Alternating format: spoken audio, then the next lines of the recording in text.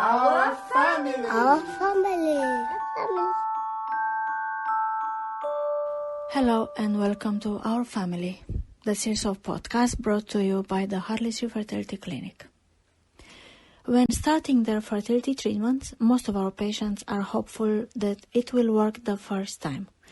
Unfortunately, this is not always the case, as some treatments can fail for no good reasons. Today's podcast is about the beautiful Divya, a patient I met after her failed IVF cycle. Listen to her fertility journey. Today, Divya tells us about finding Harley Street Fertility Clinic after having a miscarriage, tests, a collection, and further screening.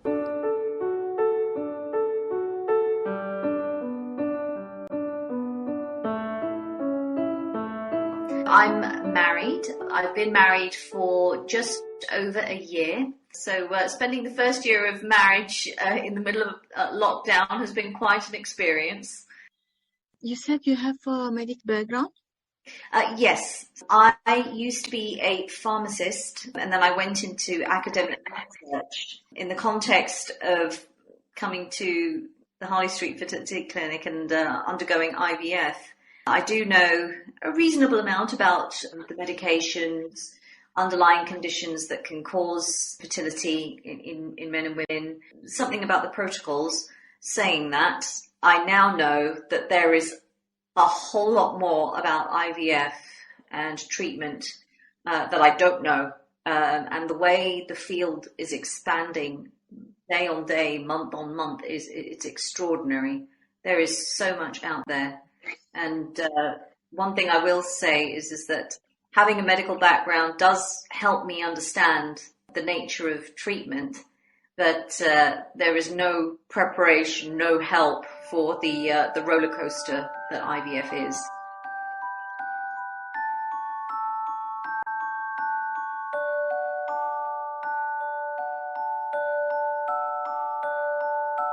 How come you chose HSFC? And how did you find us?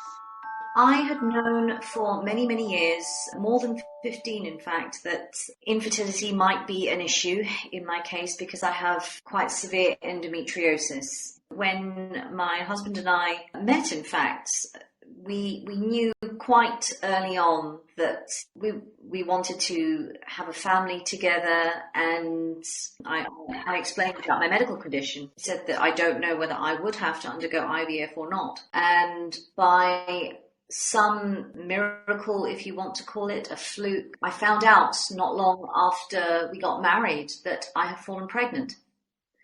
And I thought, oh my goodness, I've bucked the trend. I can actually have children. And to say that we were both deliriously happy is an understatement, but unfortunately it wasn't meant to be. We found out at the 12-week scan that we'd lost the baby. There was no warning, there were no signs, and it came as quite a shock. What made things more difficult was after that, severe complications of the miscarriage that meant I had to have emergency surgery on Christmas Day. So as you can imagine, coming to terms with the loss of a pregnancy, the loss of a baby, and then all of the complications that came afterwards, there was not really much of a chance to heal. But as 2020 started, we hoped for the best, and we hoped that if we had gotten there before we could get there again. And we decided that if things hadn't happened for us within 6 months, mainly due to my age, because I am now 37 and I'll be 38 this year, the recommendations are that if you can't conceive after 6 months, that you should seek medical advice.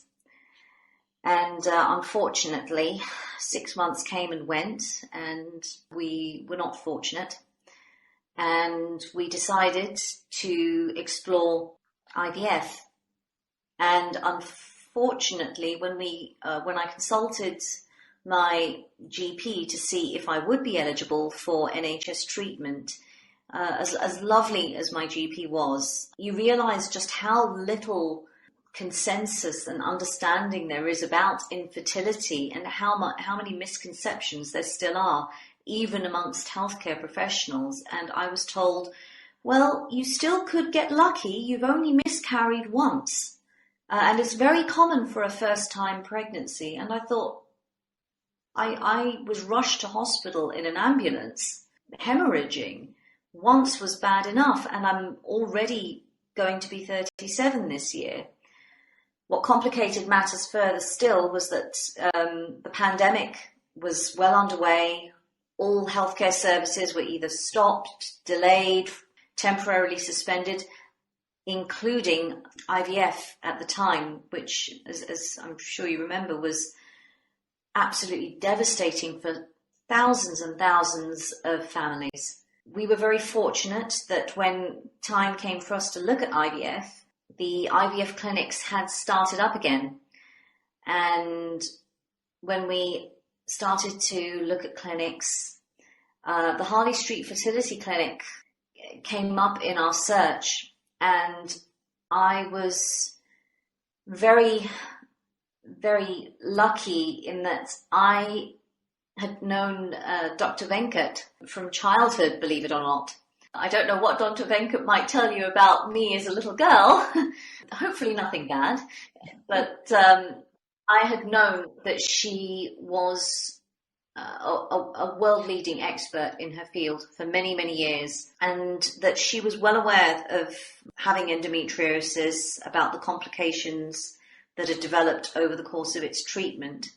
And I felt that after learning a little bit more about the clinic and knowing Dr. Venkat in a personal capacity, but also beginning to really appreciate just how well respected she is in her field, I felt like I was in the right place to try and find the answers I was looking for.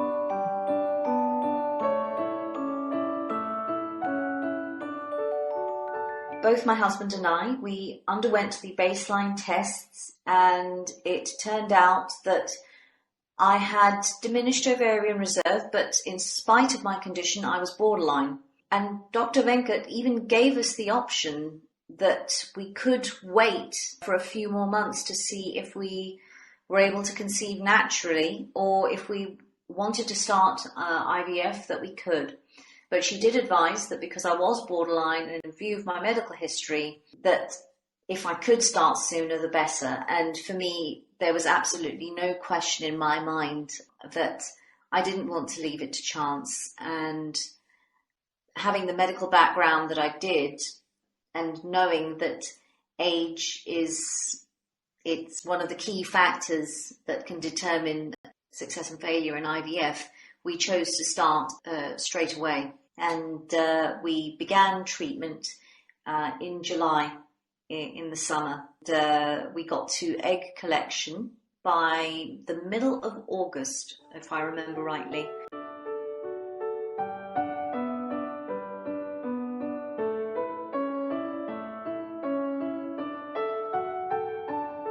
I couldn't be more grateful for the support of the entire nursing team at the clinic, especially Tanya, who did all of my scans.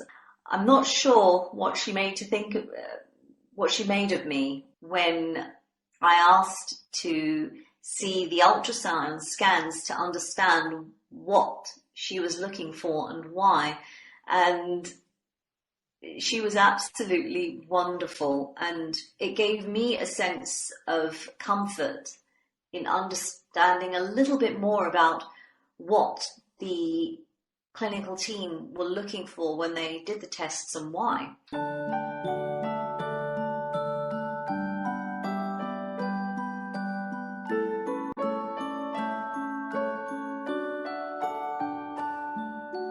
So we got to egg collection, and we got 8 eggs.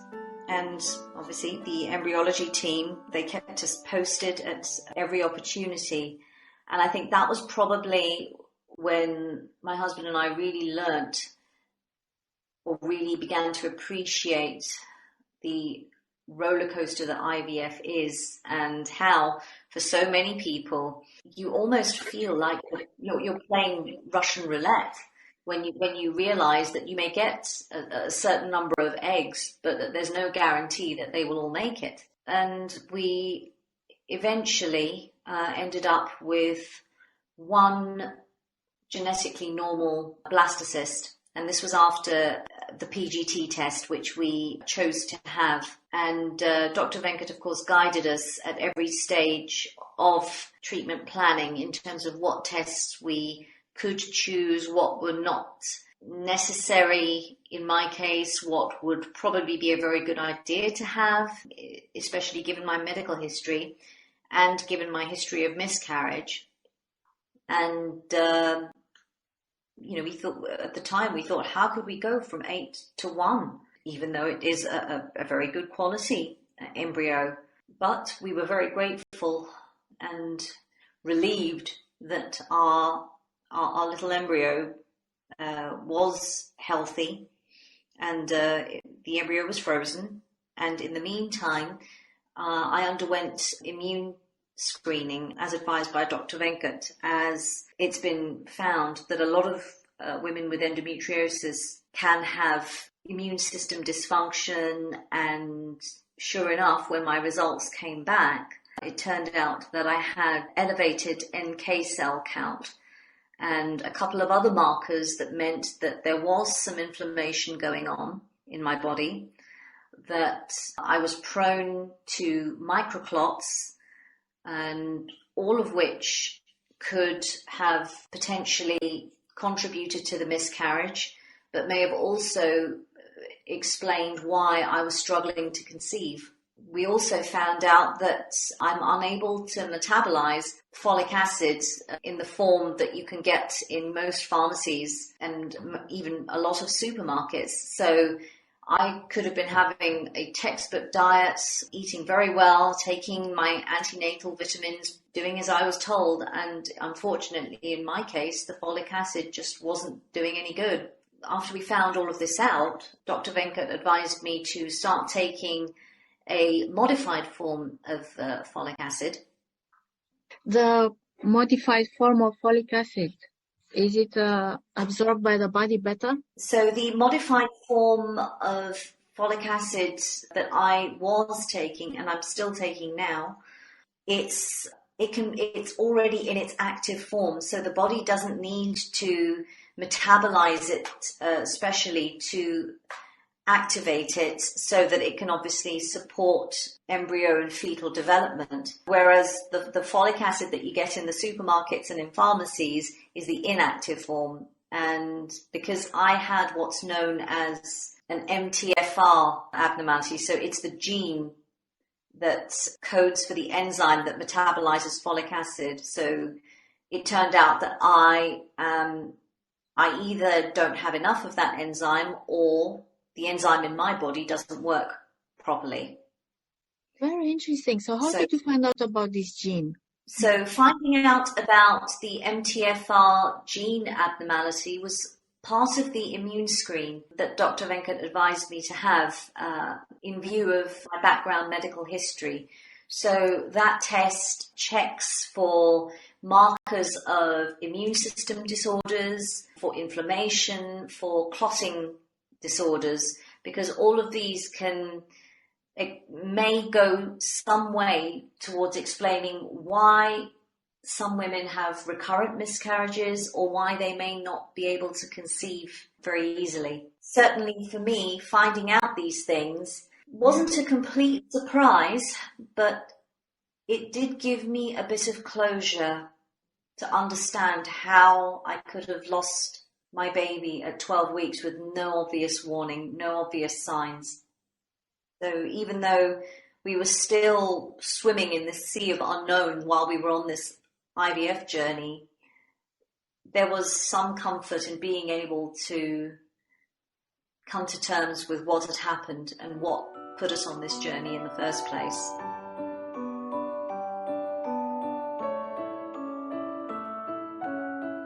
We would like to thank Divya for pouring out her heart to us. In the next podcast, she will speak about her embryo transfer, the 2-week wait, and about the support she received during her treatment, and about our team.